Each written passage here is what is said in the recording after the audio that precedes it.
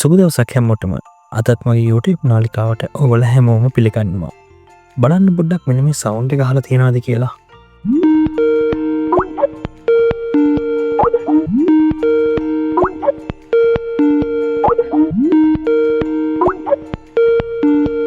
ඔව් මේ සවුන්ඩ් එක ඔයගොල්ලෝ අනිවාර්යයෙන්ම අහලා තියෙනවා. මේ සවුන්ඩ් එක තමයි Skype වල කෝල් එකක් එද්දීන සවුන්ඩ් එක. ඉතින් අද මම ඔයාලට කියන්න යන්නේ මේ Skype ගැන ටිකක් දුක හිතෙන කතාවක්. ඉතින් වීඩියෝ එක අවසන් වෙනකම් රැඳිල්ල කියලා ආරාධනා කරනවා. ඉතින් අපි අද යමු වීඩියෝ එක බලන්න.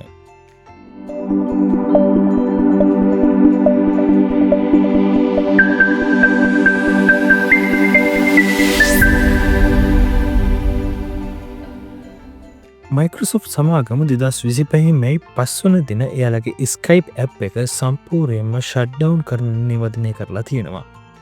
ඉතින් මේට දශකයකට පමණ ඉහතදී Skype app එක තමා අපිට ගොඩාක් ප්‍රයෝජනවත් වුණේ රටවල් වල අතර ගණවනු සහ කෝල් කිරීම සඳහා.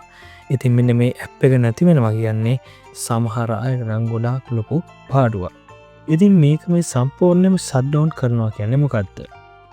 මේකින් සම්පූර්ණයෙන් ෂට්ඩවුන් කරනවා කියන එක අදහස වෙන්නේ Skype එක යූස් කරලා කරපු හැම ඇක්ටිවිටි එකක්ම වීඩියෝ කෝල් එකක්ම ඒ වගේම මැසේජ් එකක්ම ඒ වගේම ෆයිල් ෂෙයාරින් කියන හැම දෙයක්ම නවතිනවා කියන එක. ඇයි ඉතින් මේ ෂට්ඩවුන් කරන්නේ? මේගොල්ලන්ට මේක දිගටම පවත්වාගෙන යන්න බැයිද? බෑ.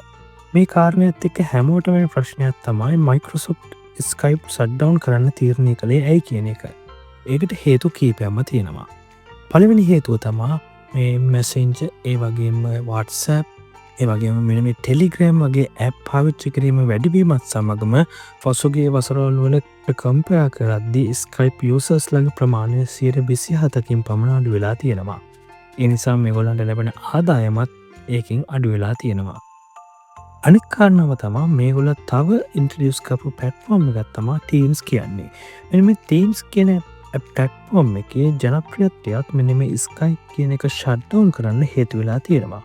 ඒ කියන්නේ ඒගොල්ලෝ අධ්‍යයන වලින් හොයාගෙන තියෙනවා මිලියන 320කට වඩා වැඩි ප්‍රමාණයක් සෑම මාසකම මෙන්න මේ Teams කියන platform එක පාවිච්චි කරනවා කියලා.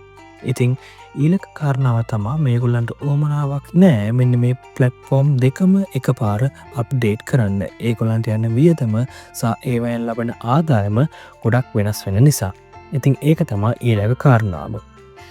අවසාන වශයෙන් ඒගොල්ලෝ හේතු දක්වලා තියෙන්නේ මේ Skype සහ Teams කියන දෙකම සංසන්දනය කරලා බැලුවාම Skype වලට වඩා Teams වල තියෙන features ප්‍රමාණය සහ performance එක වැඩි. ඒ නිසා තමයි මෙන්න මේගොල්ලෝ තීරණය කරලා තියෙන්නේ මේ Skype app එක shutdown කරන්න.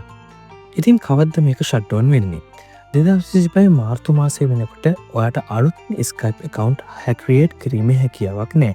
ඔයගොල්ලෝ පරණ එකක් පාවිච්චි කරනවා නම් ඒක තවමත් පාවිච්චි කරන්න පුළුවන්. හැබැයි අලුතෙන් ඔයගොල්ලන්ට create කරන්න බෑ. ඒගොල්ලෝ මේකේ දෙවෙනි පියවර විදිහට කරලා තියෙන්නේ 2025 අප්‍රේල් වෙනකොට Skype නම් එක වගේම calling credit කියන එකත් ක්‍රියාවිරහිත කිරීම. මේ කාරණා එක්ක 2025 මැයි වෙනකොට Skype එක සම්පූර්ණයෙන්ම shutdown කිරීම සිද්ධ කරනවා. ඉතින් මේ අවුරුද්දේ මැයි වෙනකොට ඔයගොල්ලෝ Skype app එක ඕපන් කරත් ඒක කිසිවත් නැති app එකක් බවට පත් වෙලා තියෙනවා. මොකද ඒ වෙනකොට මේක සම්පූර්ණයෙන්ම shutdown කරලා තියෙන්නේ. ඔයා personal දේවල් වලට Skype use කරනවා නම් Skype shutdown වෙන්න කලින් ඒවා download කරගන්න. මේ වෙනුවෙන් Microsoft සමාගම ඔයාට 2025 ජූනි දක්වා ඔයාගේ conversation history එක contacts ඒ වගේම share කරපු files download කරගන්න tool එකක් ලබා දීලා තියෙනවා. ඒ වගේම ඔයා සතුව Skype credit වගේ තියෙනවා නම් ඒවා refund වේවි අනිවාර්යයෙන්ම. හැබැයි ඕගොල්ලෝ මේ Skype එක business purpose use කරනවා නම් ඕගොල්ලන්ට දැම්මම plan එකක් හොයාගන්න වෙයි. මොකද මේ Skype numbers 2025 අප්‍රේල් මාසයේ ඉඳන් ක්‍රියාත්මක වෙන්නේ නැහැ. ඒ නිසා ඕගොල්ලන්ගේ business එකට මේ Skype එක දැන්ටම පාවිච්චි කරනවා නම් ඕගොල්ලන්ට මොකක්hari alternative option එකක් හොයාගන්නට වේවි. ඉතින් අද මම ඕගොල්ලන්ට ගෙනාවේ ටිකක් දුක හිතෙන දෙයක්.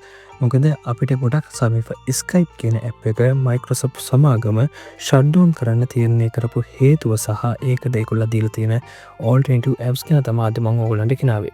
ඉතින් ඔයා හිතනවා නම් මේ වීඩියෝ එක වැදගත් වෙයි කියලා මේකට like එකක් comment එකක් ඒ වගේම share කරන්න. අපේ channel එක subscribe කරලා නැත්නම් ඒ වනේ subscribe කරන්න. මේ වගේ ලස්සන තොරතුරු අපි ඉස්සරහට තරන් ඉන්නවා. අතට කිල්ලේ සුබ දවසක්.